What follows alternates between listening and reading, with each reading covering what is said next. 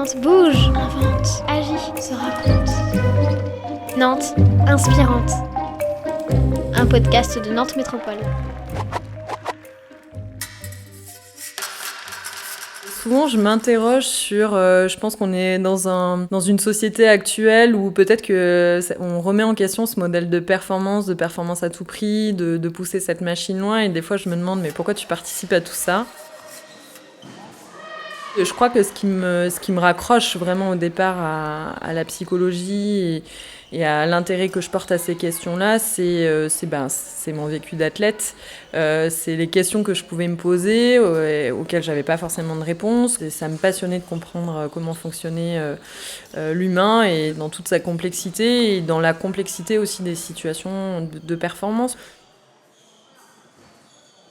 On se met à l'épreuve et donc c'est à la fois des sources de satisfaction mais aussi des sources des fois de grande déception et de tristesse et en fait ce qu'on y ressent, je crois que je ne l'ai pas ressenti ailleurs et donc je trouve que c'est un terrain assez propice en fait à étudier ces aspects-là. Donc Julie Doron, je suis enseignante-chercheuse à l'UFR STAPS de l'Université de Nantes et donc moi je travaille plus spécifiquement sur la psychologie du sport et notamment tout ce qui va toucher à la gestion du stress. Pour avoir déjà eu l'opportunité de pouvoir me rendre sur des Jeux Olympiques, c'est quand même un événement assez extraordinaire, assez magique. C'est aussi un événement qu'on a en objectif, nous, sur le plan de la recherche, parce qu'aujourd'hui, on a un projet de recherche qui est en collaboration avec la Fédération française d'escrime et qui vise justement à optimiser la performance des sportifs et surtout des escrimeurs en vue de ces Jeux Olympiques. La compétition crée une charge mentale qu'on n'a pas habituellement parce que, et ça je pense que tout le monde pourra se reconnaître dans ce que je vais dire, quand on est en situation de stress, on va plus cogiter, on va plus avoir peut-être de pensées parasites, on va avoir des émotions à gérer qu'on ne gère pas habituellement et donc toutes les stratégies qu'on développe là, elles peuvent être fatigantes. Et elles ne sont pas fatigantes sur le plan physique, elles sont plutôt fatigantes sur le plan mental. Et c'est des fois paradoxal, on a des sportifs qui sont des machines sur le plan physique et qui arrivent en compétition et qui nous disent qu'ils sont fatigués. Et en fait, ils ne sont pas fatigués physiquement, ils sont fatigués mentalement, mais de la gestion finalement, de l'enjeu, de la pression. Et donc le but, c'est de les habituer en fait à gérer ces aspects-là pour que ça leur paraisse facile en fait en compétition. Et c'est surtout parce que ça, jusqu'ici, c'est pas pris en compte.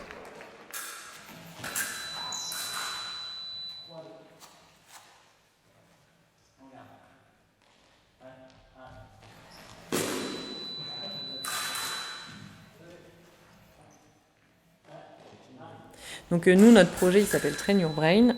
On est des chercheurs en psychologie et en physiologie appliqués à la performance sportive. Et donc, le but, vraiment très simple, c'est de développer des méthodes d'entraînement innovantes qui sont plutôt centrées sur le développement des stratégies mentales des sportifs avec une approche psycho et physio de la performance.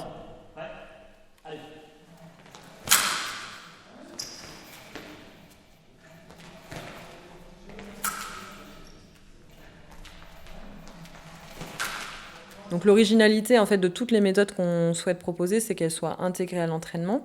Donc je pense notamment à une partie du projet qui va traiter de la question de la fatigue et notamment de la fatigue mentale. Là, l'idée, c'est vraiment de montrer quels sont les paramètres qui peuvent être dégradés. Est-ce que ça affecte ma prise de décision ? Est-ce que ça affecte la précision du geste ? Est-ce que ça affecte ma vitesse d'exécution ? Est-ce que finalement, ça vient interférer avec mes performances sur les derniers matchs et on sait que c'est ceux où il y a une médaille à aller chercher. Donc en fait, là-dessus, on se pose pas mal de questions. On dit souvent qu'il faut se sentir bien pour être performant, mais on a plein d'exemples où on a des athlètes qui performent en étant très mal.